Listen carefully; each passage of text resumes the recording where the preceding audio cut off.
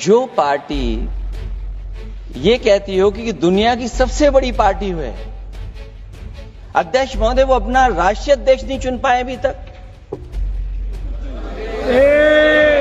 अध्यक्ष महोदय जो बात सोशल मीडिया या और जगह गुपचुप हो रही है, कहीं ऐसा तो नहीं था कि अभी कुछ दिन पहले यात्रा जो हुई है वो कहीं 75 वर्ष की एक्सटेंशन वाली यात्रा तो नहीं थी। आदरणीय सभापति महोदय, मैं आपका बहुत धन्यवाद देना चाहता हूं कि बहुत ही महत्वपूर्ण और देश के लिए और बड़ी आबादी के लिए भारतीय जनता पार्टी की सरकार में एक और बिल आया है, क्योंकि मेरे से पूर्व में जो हमारे साथी बोले हैं वो माननीय सदस्य हमारे साथ नहीं, लेकिन मैं उनके बहुत सारी बातों से सहमत हूं।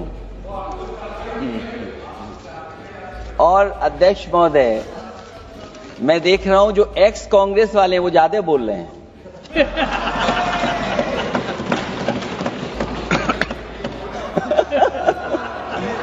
आदरणीय अध्यक्ष महोदय,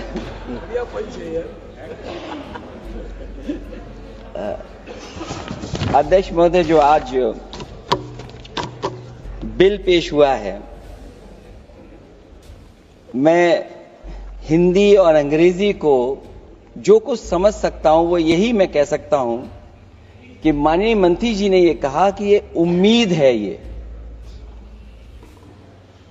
ये उम्मीद कैसे बना है, अंग्रेजी में भी मुझे समझ में नहीं आ रहा कि उम्मीद है, ये हिंदी में भी समझ में नहीं आ रहा कि ये उम्मीद है।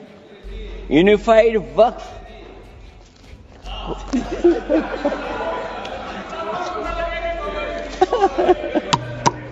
अध्यक्ष महोदय, यूनिफाइड वक्फ मैनेजमेंट, मैं अकेला काफी हूं। अध्यक्ष महोदय, ये अध्यक्ष महोदय, मैं समझ सकता हूं कि मैं वो बात छेड़ना नहीं चाहता था, लेकिन क्या करूं, मजबूरी है अब। अध्यक्ष महोदय, अभी माननीय सदस्य लोग ये कह रहे हैं कि हमारे सदस्य नहीं है यहां पर जो हमारे साथी हैं, लेकिन अध्यक्ष महोदय मैं ये कहना चाहता हूं, अध्यक्ष महोदय मैं ये कहना चाहता हूं, ये जो बिल लाया जा रहा है, भारतीय जनता पार्टी में एक मुकाबला चल रहा है। भारतीय जनता पार्टी के अंदर मुकाबला चल रहा है कि खराब हिंदू कौन बड़ा है। और ये बात अध्यक्ष महोदय मैं ऐसे ही नहीं कह रहा हूं। जो पार्टी ये कहती हो कि दुनिया की सबसे बड़ी पार्टी है, अध्यक्ष महोदय वो अपना राष्ट्रीय अध्यक्ष नहीं चुन पाए अभी तक।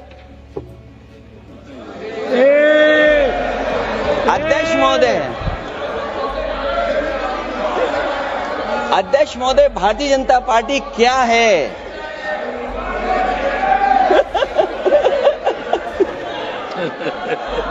जी मैं अखिलेश जी ने बहुत हंसते हंसते कहा है, इसको हंसते हंसते जवाब देना। ये सामने जितनी पार्टियां हैं उनका राष्ट्रीय अध्यक्ष उन 5 लोगों को ही चुनना है परिवार के। हमें माननीय अध्यक्ष जी करोड़ों सदस्यों में से 12-13 करोड़ सदस्य प्रक्रिया कर चुनना है तो देर लगती है, आपके यहां जरा भी देर नहीं लगेगी। मैं कह देता हूं अभी 25 साल तक आप अध्यक्ष हो जाओ, नहीं बदल सकता।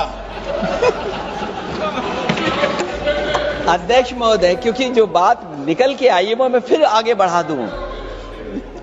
अध्यक्ष महोदय जो बात सोशल मीडिया या और जगह गुपचुप हो रही है, कहीं ऐसा तो नहीं था कि अभी कुछ दिन पहले यात्रा जो हुई है वो कहीं 75 वर्ष की एक्सटेंशन वाली यात्रा तो नहीं थी। अध्यक्ष महोदय, ये जो इस बार जो वक्फ बिल आया है, नाकामी का पर्दा इस बार है वक्फ बिल। और नाकामी कोई एक आध नहीं है, मैं कई नाकामियां बता सकता हूं। अभी मैं माननीय सदस्यों को सुन रहा था, वो पुराने कई बिल उनके बारे में चर्चा कर रहे थे कि कितने प्रोग्रेसिव बिल लेकर के आए हैं। मुझे याद है मैं उत्तर प्रदेश में उस समय था और मुझे लगा कि शायद इनकी वो बात ठीक होगी। एक ये बहुत तैयारी के साथ फैसला लेकर के आए थे और फैसला ये लिया था आधी रात के आज के बाद नोट नहीं चलेंगे, नोट बंद हो जाएंगे। अध्यक्ष महोदय, उस नोटबंदी नाकामी के बारे में भी तो चर्चा हो जाए कि अभी भी न जाने कितनी जगह पर कितना रुपया निकला जा रहा है, कितना निकल करके आ रहा है। केवल नाकामी नोटबंदी की नहीं, नाकामी बेरोजगारी की भी है, नाकामी महंगाई की भी है, नाकामी किसान की आय दोगुनी नहीं कर पाए वो भी इनकी नाकामी है। मुझे याद है एक माननीय मंत्री जी पूरे देश की नदियों के बारे में बीओडी बता रहे थे, लेकिन माननीय मंत्री जी ये भूल गए कि उनके शहर में, उनके क्षेत्र की जो नदी है उसकी बीओडी क्या है। गंगा क्या साफ हो गई, यमुना क्या साफ हो गई, स्मार्ट सिटी क्या बन गई, क्या गोद लिए हुए गांव इन्होंने गोद से उतार दिए, उनकी क्या दुर्दशा है। इसलिए मैं कहना चाहता हूं, ये नाकामी का पर्दा इस बार वक्फ बिल बना है और सबसे बड़ी बात तो यह है कि जिसके लिए फैसला होना है उसकी बात को अहमियत न देना भी नाइंसाफी है। अध्यक्ष महोदय, नाकामी केवल यहां तक नहीं है और भारतीय जनता पार्टी क्या है, मैं केवल एक पुरानी घटना याद करता हूं। एक बार फैजाबाद अयोध्या में एक कार्यक्रम था, उसमें बड़ी तैयारी की गई थी और तैयारी के साथ कलाकार मुंबई से बुलाए गए थे। हो सकता है वो सहमति दिल्ली से ना रही हो, केवल लखनऊ की सहमति से हो रहा हो कार्यक्रम। और जब कार्यक्रम की पूरी तैयारी हो गई, भगवान श्री राम बनकर के कोई आ गया, लक्ष्मण बनकर के कोई आ गया, मां सीता भी बनकर के कोई आ गया, हनुमान जी, और भगवान हनुमान भी बनकर के कोई आ गया। लेकिन जब लखनऊ से वो हेलीकॉप्टर उड़ा और अयोध्या पहुंचा तो सब लोग थे, लेकिन उसमें हनुमान नहीं थे। अध्यक्ष महोदय, मैं भारतीय जनता पार्टी के लोगों से कहूंगा कि जानकारी करिए कि आखिरकार भगवान श्री राम थे, लक्ष्मण थे, सीता थी, लेकिन हनुमान क्यों नहीं थे? हनुमान इसलिए नहीं थे, शायद उनकी जात या धर्म कुछ और था। अध्यक्ष महोदय, ये देश मिली जुली संस्कृति से चला है, कुछ हमने सीखा, कुछ उन्होंने सिखाया। और जो लोग ये कहते हैं कि हम सबको बराबरी का हक देते हैं, अभी कुछ दिन पहले ईद निकली है अध्यक्ष महोदय, वो परंपरा रही है, न केवल मैं जाता हूं बल्कि कोई दल का नेता ऐसा नहीं न जाता हो उस कार्यक्रम में शामिल होने।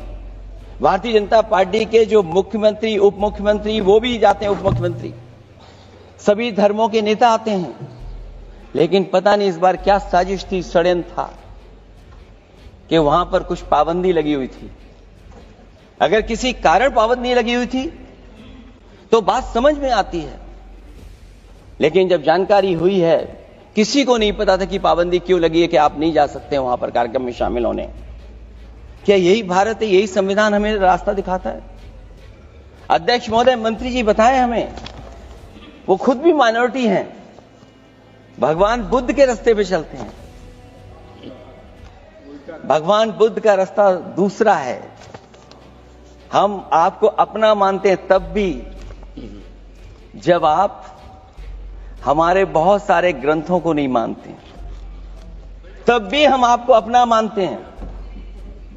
आप हमारे पुराणों को नहीं मानते हैं, आप हमारे उपनिषदों को नहीं मानते हैं, लेकिन सोचिए, हम हिंदू वो लोग हैं जो आपको स्वीकार करते हैं और गले लगा करके चलते हैं। अब मैं दूसरे धर्म पे नहीं जाऊंगा, कोई नाराज हो सकता है, मैं दूसरे धर्म के बारे में नहीं जा सकता, मैं केवल यही बताता हूं। और मैं उत्तर प्रदेश में अध्यक्ष जी जहां से आता हूं, मैं अपमान नहीं कर रहा हूं, मैं सच बोल रहा हूं। और ये बिहार के चुनाव में जो आप कह रहे हैं कि महिलाओं को 2 मेंबर बना दिया, इस बार मैं भी देखूंगा आगे भारतीय जनता पार्टी कितनी महिला लोगों को टिकट देंगे वहां पर।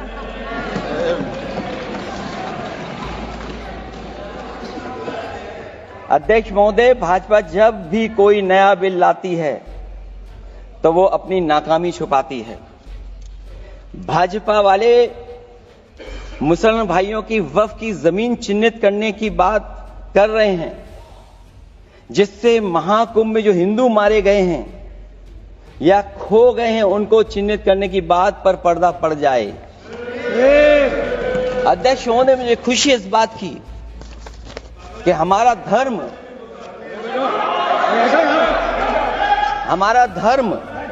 अध्यक्ष महोदय नहीं कुछ कहना चाहते हैं नहीं प्लीज, तुमको अलाउ नहीं किया। अध्यक्ष महोदय,